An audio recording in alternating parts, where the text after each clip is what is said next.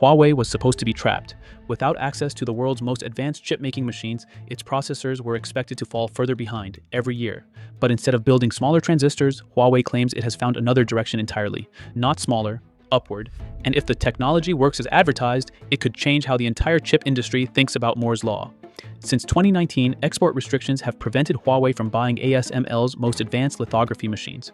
These machines are critical for manufacturing the smallest and most advanced transistors. The assumption was simple: without them, Huawei's chip technology would eventually hit a wall. Its existing manufacturing process could only be pushed so far. Meanwhile, companies using TSMC's newest processes would continue shrinking their transistors and increasing performance. But Huawei's answer is a technique it calls logic folding. To understand why it matters, we first need to understand the problem Huawei is actually trying to solve.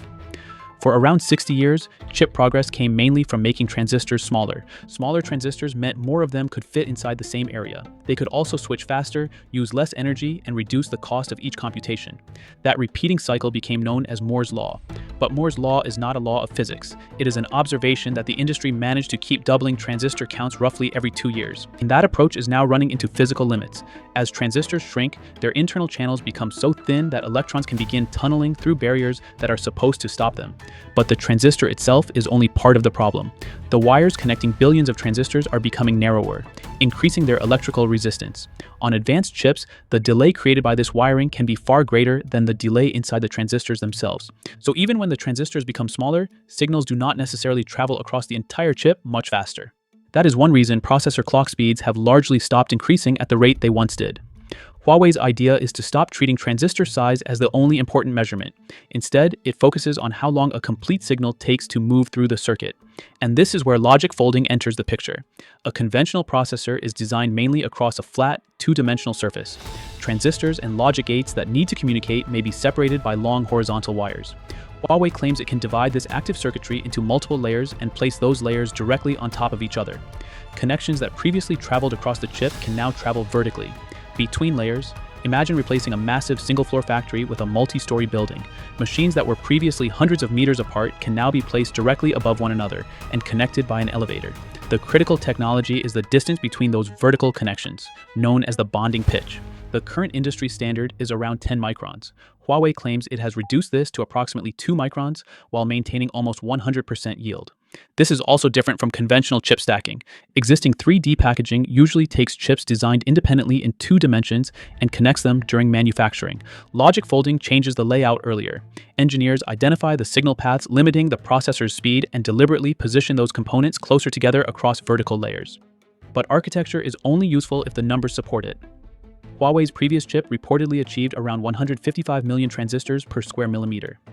Reaching that figure from 126 million took approximately 3 years, producing a 23% improvement.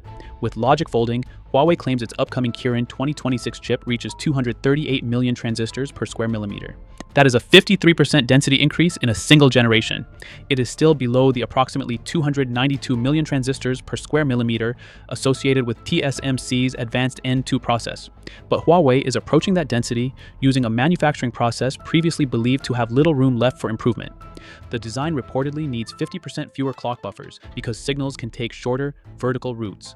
Clock skew, the difference between when the processor's clock signal reaches different regions, has reportedly fallen by 25%. Huawei also says the average data path area has been reduced by 60%.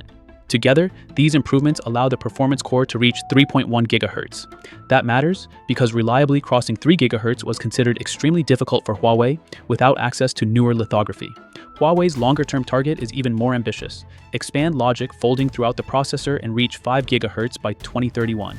But this is not a solved problem. Current chip design software was created mainly for two-dimensional layouts. Designing complex processors across multiple active layers requires new tools and new engineering methods. Heat may be the larger challenge. Stacking active circuitry concentrates more heat inside a smaller volume, while the inner layers become harder to cool. The more aggressively Huawei folds the chip, the more serious this thermal problem becomes. And most importantly, these claims have not yet received independent validation. The real test will come when the Kirin 2026 chips and outside researchers can measure its performance, power consumption, yield, and temperature. But the bigger story goes beyond Huawei. Advanced lithography cannot shrink transistors forever. At some point, every manufacturer will need another way to continue increasing computing density. Huawei may have pursued logic folding because export restrictions blocked the conventional path. The solution created under those restrictions could eventually become useful to everyone. So this may not simply be Huawei finding a way around sanctions. It may be an early look at what comes after traditional transistor shrinking. Huawei was forced to stop moving forward, and that may be exactly what pushed it to start building upward.